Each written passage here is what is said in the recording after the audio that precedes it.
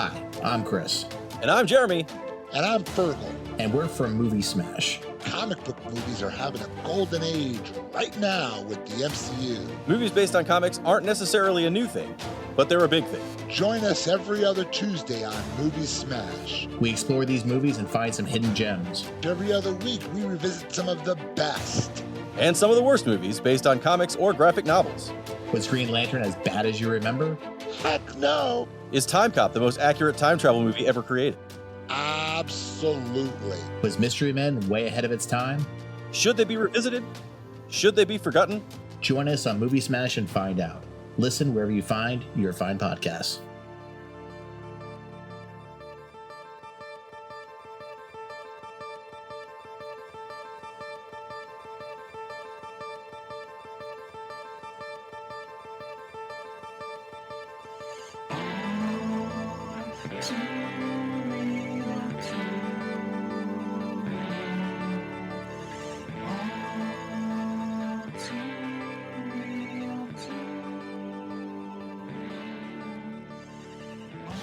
Okay, everybody, welcome to the latest episode of All Too Real 2. My name is Michael E. Cullen II, and with me, as always, is... Sesame. Headphones should be normal like they used to be, where you could plug it in, and then you could hear yourself through the headphones when you were talking into like a speaker or a computer and not have to buy like extra accessories in order to do something that was just expected that you could do with previous quote-unquote primitive technology and Carta.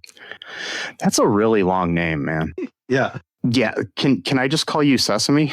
Yeah, that's fine. You can call me Sesame Chicken if you want. Sesame Chicken? Yeah, sure. Sesame Chicken and Carta. That's my new middle name. It's the official Sesame Chicken and Carta. It's got a really nice ring to it, doesn't it? Yes, Sesame Carta. Sesame Chicken. It's like a chant. Sesame Chicken and Carta. Sesame Chicken and Carta. It's like... Sounds like something you get in an Italian restaurant. Yeah. Yep. I'd like to order some red wine and some sesame chicken and Carta. Yeah. I'm not sure if it pairs well with the red wine or the white wine. I'm not really sure because I don't drink wine, but you know. But when you order the red wine, you gotta go red wine, big, UB40. Yes. Reggae-ish. No one knows what they are anymore. Yeah. They were like a reggae-ish band from the 80s. There's a white guy who was like the singer, I think. And then they had that song. Anyway, I'm getting ahead of myself. I belonged to a cover band of theirs called That Guy Over There Is Like 4 Decades Old. UB40. Anyway, so Guy over there be. I like how Stephen Colbert had a joke where, because this is when they were going to swear in Mike Kavanaugh to the Supreme Court, and there was like some story where he got into like a bar fight with a guy like in like a UB40 concert, which is like the weirdest band to get into a bar fight at. Like it's one thing if you're like a Guns N' Roses show, and then like Stephen Colbert says, if you know who UB40 is, UB40 or something like that. Yes. At least 40. So anyways, folks, I hope you're enjoying this Christmas season, listening to your UB40 albums and whatever else, eating some sesame chicken. So anyways, we have a new another Christmas movie. This time it's one of our Frosty favorites instead of our Frosty failures, because this movie's actually good. Yeah. It's the 1994 film The Ref. It, according to the Internet Movie Database, the log line for it is: a cat burglar is forced to take a bickering, dysfunctional family hostage on Christmas Eve. This was directed by the late Ted Demme, who directed other movies such as Beautiful Girls, which you got to check out. Great movie. It was written by brother and sister-in-law Mary Weiss and Richard Somethingese. I don't know. Anyways, however you pronounce his name, Richard Gravenese, I think. He wrote The Fisher King, Freedom Writers, Beautiful Creatures, Unstrung Heroes, among other things. And a little fact about him is that there's a character that's played by J.K. Simmons in this movie who is named Siskel. And the reason he's named Siskel is because Siskel and Ebert gave The Fisher King a bad review. Oh, so he was like, I'm going to name a kind of a douchey character after you. Yes, like you do. Yep. Anyways, Yep. And yeah, I write all of my characters. I name all my characters after movie critics. It's just kind of hard to, come up with a lot of names though. Then, Yep. This film stars Denis Leary as Gus, Judy Davis as Caroline, Kevin Spacey as Lloyd, pre-Me Too Kevin Spacey.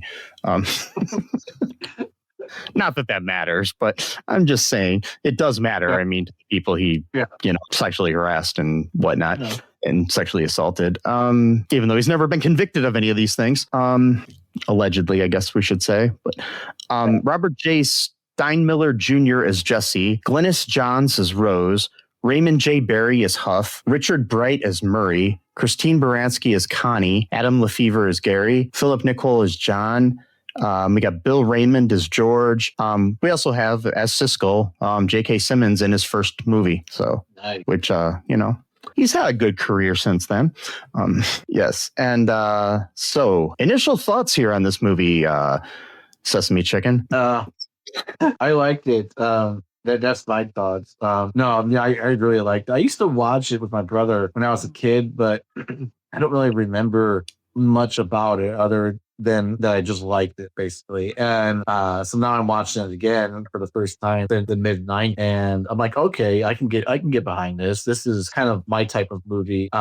Just the acting, which is really, really good. Like, you don't really see that. Like, I've noticed that, like, in a lot of movies, there's not much dialogue anymore in like newer movies and stuff like that. Like these was like chock full of dialogue. So I think it has to do a lot with the second screen sort of aspect of today's society, where people are paying attention to their phones while they're watching a movie or TV show. Yeah, exactly. It's like, it's a good phrase. Kind of like how in Happy Gilmore 2, when one of the characters literally had to say, he's playing for the bad guys now. And so that you have to look up, wait, what? Like, and, figure out what's going on with the told that playing for the bad guy. Check out our review of Happy Gilmore 2. Terrible. And I mean, the movie, not the review. Maybe the review is too hot. I don't think so.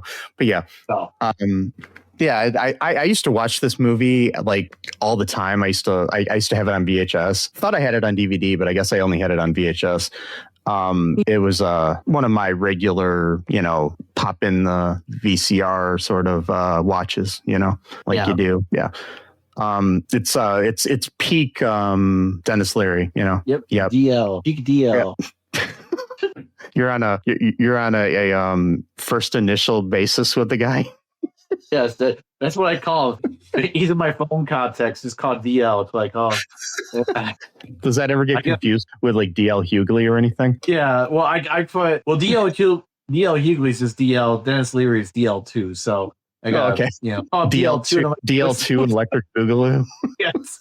Like, hey, what's up, DL2? He's like, want to go get some Mickey D's or something like that? And he's like, who is this? Why do you know my number? Stop calling me. He said that he does it endearingly, like, he did not. Okay. One time I got like a fake restraining order in the mail, like as a like an insult. No, why do you say it's fake? Because it's like a joke, it's like an inside joke. He's like, hey, do not get in contact with this man. It's just funny, right? Yeah, I mean, I send restraining orders to people as jokes all the time. Yeah. So yeah, yeah. So what goes down in this movie here? Sesame Chicken. Yes. I forgot your name. I was going to call you Sesame long, really, really, really long middle name Encarta. Yeah. I mean, I'll still probably do that, but sometimes I gotta stick with the Sesame Chicken. I like that. Yes. So Sesame Chicken saith, I'm speaking. He saith that. Everybody be quiet. The Sesame Chicken is speaking. The Sesame Chicken is speaking. Yes, he speaketh, and so like it's one of those movies too where the music does not really make sense to go along with the movie, kind of like Time Cop. Although with Time Cop, it's way. Are you talking score or music or like needle drops? I'm talking about the intro, like the cool like techno kind of song, not techno, but the sort of electronic chill song in the beginning of the movie. Yeah, that's probably more of a needle drop than a score. Yeah, I can't know the terms. Yeah, but like it's one of those things where I'm like, okay, this is kind of neat. Like Needle drop is like in a movie where you put a song that's already recorded into it that wasn't specifically like necessarily made for the movie. Kind of like, like James Gunn is known for his needle drops, like where he puts like, old rock songs and current rock songs in his score as part of his score. That's not his score, but in the movie, like, it's where like if you got a scene and then a Beatles song is playing or something like that, that's a needle drop. But if a score would be something like, for example, the music of this film was by David A. Stewart, who is a composer, but he's also, interestingly, the guitarist for the Eurythmics. Yeah, so, exactly. Yeah. So the song was cool, but it just didn't seem like it matched the rest of the movie. But I still liked them. Like, it was a pleasant music. But that was one thing I noticed was like, okay, the intro song doesn't seem to vibe too much with the rest of the movie, but that's fine. It's not a bad thing. At least the song is actually pretty cool. And we get to the two main characters. What are their names? Their character names? Lloyd? No, not Lloyd. Yeah, it's Lloyd and Caroline. And Lloyd and Caroline are at a marriage counseling session with their therapist, and they're both just bickering the entire. Who is just interesting little tidbit here. He's played by B.D. Wong, who plays a therapist in the Law and Order universe, as did J.K. Simmons in the Law and Order universe. So I just think that's kind of interesting. That is interesting, yeah. And also too, it's so like his office is just kind of right above like the row where they're showing like all the cool shit happening, and so that supposed to symbolize like what's going up there. Is that great? They're both just bickering about everything, and they're both trying to get the therapy. Yeah, we find out that Caroline had an affair, and then Lloyd is like blames this for the like behavioral problems of their 15-year-old son, Jesse. Yeah. Like basically the affair, and also she coddles him and shit like that. So yeah, and they're both like trying to get their counselor to agree with them, and he's like, hey, I can't really do that, it's not like my job here. And they tell fuck you because they're not having more. And so they're gonna go to the store to kind of get some last ingredients for Christmas dinner, because Lloyd's family, his mother and a bunch of other relatives are coming for dinner. And then Denis Leary, Gus, we'll get to that. Gus is like a cat burglar played by Denis Leary, and he was looking for his next score. And he how do I explain this? Like the guy set up like all these booby traps basically at the house of evil. He sets off like an alarm, and then is like sent down like a chute, and then chased by a guard dog. Everything. It's like the whole thing. Plus, like everyone apparently knows the owner of this house, but like we never actually are introduced to the guy. Like they all know there's like some eccentric dude or something like that. Which like there's a backstory to that, because like they even know the name of the guard dog, which is Hannibal. So it's like, so obviously he's like a known figure within the community, but we don't ever see him or introduced to him. So he's got all these weird options. Like he's got like a thing that smells like cat piss or something like that. That it didn't like the chute where he touches the rain box, but then the box is attached to a little string, and then that pulls the contract slides down onto a mattress, which that's kind of like almost like courteous a little bit. He's like, oh, I'm gonna make the robber go, but I'm gonna make sure I'm gonna pat his fall a little bit. I'm not a monster, I mean, you can set up the trap, but I think if you actually were to set up a death trap in your house, you could probably go to jail for that. Oh, I see. I think trap somebody or catch somebody stealing, but like you're not. If your life was being threatened in your house, you probably have a right to like shoot them or something. But I don't think you have a right to just kill them. Exactly. You can't just set up a death trap. Yeah, so he gets bit by the guard dog. He's trying to convince the dog to kind of play with them, but the dog kind of quickly realizes, what he's trying to do. Bites him in the leg real bad. He shows up in the same store as Caroline. He pulls a gun on her. Is like, hey, just take me to your car. Don't make any noise. And they start just like bickering in the car about the fact about like why she got kidnapped, all this kind of stuff. And the guy's like, Gus is just trying to get him to shut up, and he's just like, he's like, that's just great. I hijacked my fucking parents. Yeah. And that's why he's called the ref. It's because like he's like basically trying to like solve their own problems just to get them to shut up, basically. And throughout the night. And it's like, yeah, you got like the teenage son. He's in military school now, but he's got his own side business where he's taking photos of people to blackmail them. So that's not great. Yeah. Anyway, what else happens? Because I'm kind of blanking a little bit, but so basically he keeps interceding to like tell them to shut up as he takes them hostage. He has them tied up. They continue to bicker. Oh yeah, by the way, his getaway car driver Murray took off, so he should have been able to like just get out, but Murray kind of just like left him high and dry, and then he went to a bar, and so eventually he tries to get a hold of Murray. He calls his bar that he thinks he might be at. He gets a hold of him. He tells Murray to steal a boat for their getaway, Right. But the police have set up roadblocks and have a curfew imposed in the town to look for Gus. This is a lot of police work being done just for a burglar. Yeah, that's what I was saying. It's not like when those two brothers did the Boston Marathon attack but this is a guy who just tried to steal like a ring or something. Yeah, he didn't kill anybody or anything. It's like, what the fuck? I'm not saying that stealing from people is cool and all, but it's not like, setting off a bomb at a marathon or something. But it was a little bit excessive in my mind. These like officers are going door to door.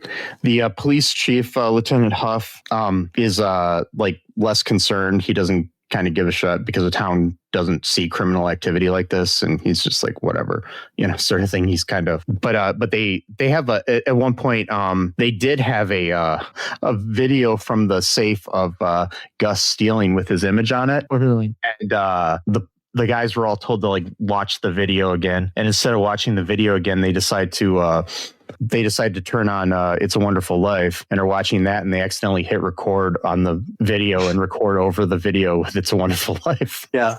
What a great. So and then Jesse is takes a limo because he has all this money and he to go home. And then while he's there, he finds out, and he basically he's pleading to Gus that he wants to join him in a life of crime. Yeah, what a great. And basically Gus is like, fuck that kid. Basically he's like, you got to appreciate what you got going on here. And but Jesse's not into that, and he ties up Jesse and throws him in a closet. Like you do. Yeah. Mm-hmm. Don't we all have, teenage boys tied up in our closets? Wait, yeah, no, that sounded really bad. No, we don't. I thought it really bad. Yeah, you're right. And they're like the family. The family already ate at like a Denny's or some shit, because apparently Caroline always makes like this weird, like exotic, type of dinner that like nobody's really interested in because she thinks she's like whatever. And they're like eating like hamburgers and shit at like a Denny's before the real dinner so that they can like at least have some food in their stomachs before they go home. Yeah. And it's like there's a line between the family when they're driving. I'm trying to find it here. That I think is one of the best lines in the movie. Yes. But hold on one second. Sure. Oh yeah. The mom of the family that's coming to visit said they were talking about like, maybe they just caught him and then let him go, and says like, who would catch a criminal and then let him go free? And then the daughter responds, Republicans. This was 1994, so yes. I wonder if there was some controversy during that year when this movie was made. I'll have to look into that to see if that was like a kind of commentary on something that had recently happened. Yeah, I mean, I think Clinton was president then, wasn't he? Well, Clinton was, but then there may be something else going on, at that time. So. Yeah. So, anyways, we got them coming to visit, for dinner or whatever. And, we have this backstory too about how, Lloyd's mom is kind of like this overbearing woman who is controlling the couple, and basically, like making them pay money to live in their house, and basically have them like under almost like a servitude working for her at her antique store or something. So it's just so stupid, you know. It's really So he's hiding out in the house, Gus is, and while this is going on, we see this Santa Claus, this guy George, who he's dressed up as Santa Claus. He arrives at their house to deliver a fruitcake, and so that kind of complicates things. And we've got him, and he's like, he ends up. We see all these scenes throughout later on where he's at these different parties dressed up as Santa Claus there, and he's getting drunker and drunker as the day goes on, or as the night goes on, and not the greatest Santa. Well, Santa can't always drink milk. I mean, come on, you know. Yeah. Sometimes you gotta put a cap on how much milk you drink. I mean, I mean, Santa might be lactose intolerant. You know, you never know. His brother and his sister-in-law and their 2 children and his mom arrive. So Rose, you know, the mom is like, she's a bully to everybody in the family. So to hide any of the suspicion that they're being held hostage, Gus pretends to be their therapist, Dr. Wong. And and so that his presence is needed there for this experimental therapy that they're doing. Now, Jesse is tied up and gagged still in the parents' closet. So Caroline and Lloyd are still fighting, you know, with the family there. And it comes to a head when Rose ends up revealing that she knows about Caroline's affair. And then Caroline, you know, fed up, demands a divorce. Gus, you know, is doing his thing. And he basically kind of like encourages Lloyd to stand up for himself against the mother and his wife. Rose then tries to go upstairs, and then Gus ties her up and gags her, and everybody finds out what's going on. Then we have Siskel, who is the J.K. Simmons character. He shows up at the door to reveal how he's being blackmailed by Jesse. At this point, Jesse is also managed to untie himself, and they go up there and they. Yeah, what were you gonna say? I was gonna say he already paid for the so he himself already is a crime by bribing, you know, the kid or whatever. A teenage boy. I was gonna say, so we've got that going on, but you know, they also find all this money in Jesse's room. There was also this thing that they were fighting about earlier, where somebody had come to the door and said something about how the previous year Jesse had stolen the baby Jesus from the nativity scene in front of the church or something. Yeah. And the mom, you know, who coddles him, says, "There's no way he did that." Blah blah blah. And then at one point, Gus had actually found the baby Jesus in Jesse's room. So. Like, what was he gonna do with that? I don't know. Just stole it. Yeah, why not? I mean, same like those people that years ago in our town, somebody stole a Big Boy from out in front of Risha's Big Boy restaurant. So yeah, that's right. What are you gonna do with that? I mean, I would love to have a Big Boy. I mean, I don't know what I would do with it, but I'd take a Big Boy statue and put it like in the backyard or something, or like just put it in my living room. You know, you never know. So what else is going on here? Quite a bit, actually. So the police chief is being basically having like his jurisdiction being replaced by the state cops, because apparently, again, you need the state police to be involved with a burglary. Okay, and then what? This is escalating, and it's not like, you know, it's something just random, like, you know, I don't know, like sex trafficking or something that we can just ignore. yeah, exactly. No, it's like, whatever, it's fine. But, you know, when someone tries to steal a golden ring, well, now, you know, we really need to get the state police involved. And I mean, this guy, I hate for when they find out about Frodo. I mean, he took a ring and, yeah. And this guy's about to get fired anyway because he's just not really interested in his job, I guess, or something. I don't know. And he's like, "Fuck it, I'm gonna, you know, I'm gonna solve the case on my own," type of thing. I don't care if I get fired. I'm gonna do the right thing for one time, I guess. And then the other cops, they were actually grew up with Gary, Lloyd's brother, so they they're always trying to come into the house and just hang out, see what. So that complicates matters when you got the police in the house, trying to hang out with Gary. So they're like, oh shoot, like what are we gonna do here, And pretty much everyone does kind of stand up, like because Gary's kind of like a pushover husband, but he starts standing up to wife a little bit. Lloyd is saying some pretty harsh things to his mother, and it's kind of hard to talk about because a lot of stuff's going.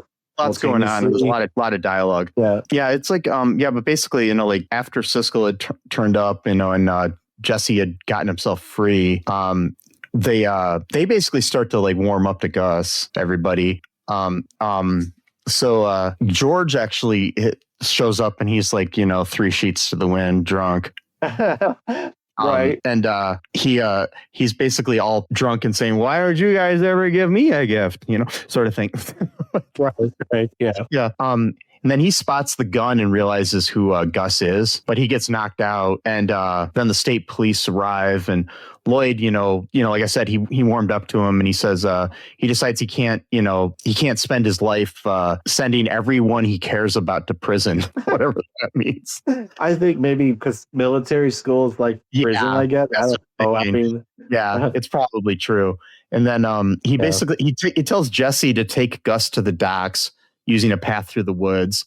Gus dresses up in George's Santa suit, makes it to the boat where Murray awaits. And then we go back to the house, and the couple bickering drives the police away. And then they basically aired out their differences throughout the evening with Gus's help, and they decide to stay together. Their reconciliation is interrupted when they're informed that Grandma Rose is eating through her gag. What was that all about? She was upstairs, I guess, so yeah. I guess they didn't care that she was all tied up because they don't like her. So. No, they don't. But how do you eat through a gag? I mean, that's a little bit, yeah, that's crazy. You just put a little salt on it and it doesn't taste too bad. I'm joking. It's one of those movies that's really hard to talk about because not a lot really happens in it. It's very dialogue heavy. Mm-hmm. You know what I mean? It's not like for example, there's this movie, maybe we could watch it next Halloween because it's a horror movie called Wishmaster. I want to start watching those. Those probably had a lot going on in it. So yeah, this Christmas movie, do you know when it was released? Sure. March 11th of 1994. Okay, yeah, makes sense. Really? Yeah, I don't know why. So the box office, the film opened in 861 theaters. Its total domestic box office was 11 million. It was made for 12. Oh, okay. Yeah, so it didn't really do well. It had it has a really good critics rating. And I think it did better on video than it did in theaters. But yeah, it got pretty good reviews. So yeah. And the whole cynical attitude towards Christmas was basically like kind of a precursor to like Bad Santa and other movies like that. So yeah. Yeah, but those movies are a little bit too, I think, ham-handed or what it is. Yeah, no, I know. I've seen it's kind of a precursor that led to that, though. But yeah. But yeah, this movie is good. I mean, I'll probably start watching it now, like actually around Christmas time. One of my Christmas movie lists. Of course, the only reason I stopped watching it because I stopped watching anything with Kevin Spacey in it for a while. So, it's hard. Like American Beauty was one of my favorite movies. I think that movie's kind of flawed, but it's beautifully shot. That's my main reason for liking it originally, is because the what's his name? I forget the cinematographer's name, but anyways, the cinematography in that movie was just beautiful. That's why I liked that movie a lot. Yeah, well, he was also one of my favorite movies. K-Pax. No, I'm just kidding. That movie was very controversial. K-Pax, you either love that movie or you hate that movie. There's really no in between. That movie like for a while because like Kevin Spacey was one of my favorite actors, so I would watch anything he was in. There was like Pay It Forward as well, another one of the movies that's kind of that's a really good. Yeah. But my favorite, though, for a while was called The Big Kahuna with him and Danny DeVito. That was, I used to watch that movie. I've seen that movie probably like 20, 30 times, and so he's in that, I remember watching that in the art cinema by myself. I was the only person in theater. So it's like, it kind of sucks when that's another dialogue heavy movie. There's like hardly anything happens then. And that was actually a Kevin Spacey not vanity project, but like a personal project. Like he negotiated, I can't remember. I was reading one time he negotiated like he would do this other movie if the studio would finance this film. Nice. So that sort of thing. It's a really good one. You got who's the third guy? The dude from Can't Hardly Wait. I don't know his name. The jock from Can't Hardly Wait. It was the guy who played I'm Facebook friends with him too. A guy that played the head Cullen in the Twilight movies too. Now we have to find that out for our fans. Yeah, I like him a lot too, especially in that movie. I did too, and he was on Supergirl one season. That's right. Yeah, he was in he was the dude that was building like his own. He was Maxwell Lord. Yeah. Yeah. Peter Facinelli. I don't know why I couldn't remember that. There we go. Yeah, because he played Carlisle Cullen in the Twilight movies. One of my ancestors. I'm joking. There was that time where it was like everything had like Cullen in the name for like a period of like 2 or 3 years. It was like there was like 3 or 4 different movies that all had like Cullen or Edgar or like other family names of yours. Well, the main thing with the Twilight movies is that Edward Cullen is the main vampire, and my great grandfather's name was Edward Cullen. One of the other Cullens was named Emmett Cullen, and my grandpa was named Emmett Cullen. So it was really kind of annoying because I was trying to look up stuff about my great grandfather because he was like in politics in Toledo, Ohio, and also somewhere in Michigan, and I was trying to find like history of him online, and I did a Google search for him, and this is when the books came out before the movies, and I had no idea what Twilight was, and all of a sudden I'm getting all these things like quotes from Edward Cullen. And I was like, wow, he's got quotes online. And I'm realizing, wait, no, he's not a vampire. It's like a vampire. What? It's like one of those weird things where you start getting that like synchronicities. I'm not sure how you say it. Synchronicity. Like remember that time when it was like in the Baha'i community, like we just like both like started getting like really in like Baha'i stuff, and there was like 2 movies that came out. One was called The Covenant, the other was called The Guardian. We're like, okay, this is kind of weird. Oh, life is fun, folks. Do you have anything else to say about the Ref? I wish I did. It's just that there's not enough going on to really say about it. There's so much more to say about bad movies than there are about good movies, I think, sometimes. So, yeah, it's just the way it is. Muscles or Send an Ice Cream Bunny. We had a whole thing about that. So tune in next week, folks, and see if we choose a bad or a good movie for our final holiday Frosty films here, it's up to me to choose. So we'll figure out, folks, before we get there.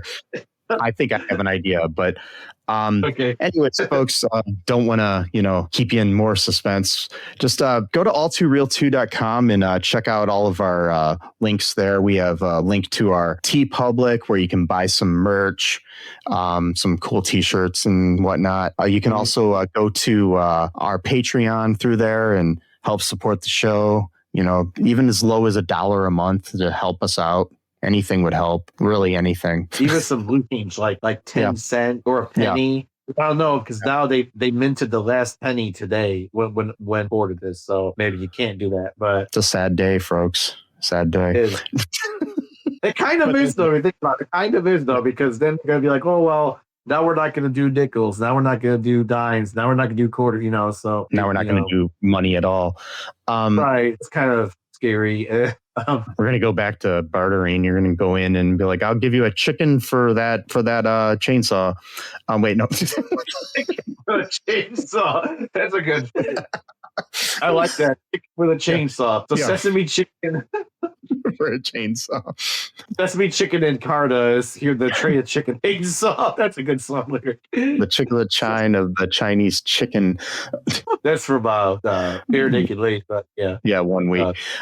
Anyways, folks, be sure to share the show with your friends on social media. Follow us wherever you can. Give us a thumbs up or a comment below if you can where you're listening to this, if you're like listening on YouTube. Also, you can give us a 5-star review on Apple Podcast or Spotify or other places like that, and comment below too if you can there. That helps with things. Share the show on social media to your friends. Walk up to strangers down the street, maybe break into somebody's house and try to steal a gold ring and then make them listen to the podcast. Yeah. Wait, don't do that. No, that's probably bad advice.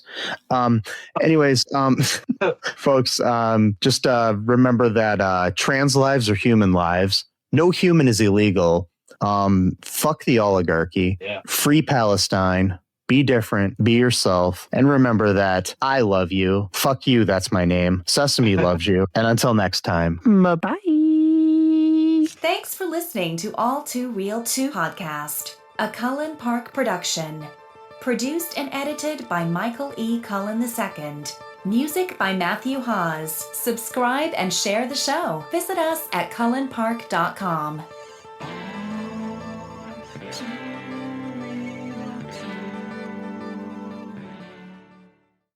My name is Percy Jackson. Getting in trouble is like breathing for me. The hit series returns to Disney Plus and Hulu. The danger is greater than you can possibly imagine. What about Grover? Save Grover. Save camp.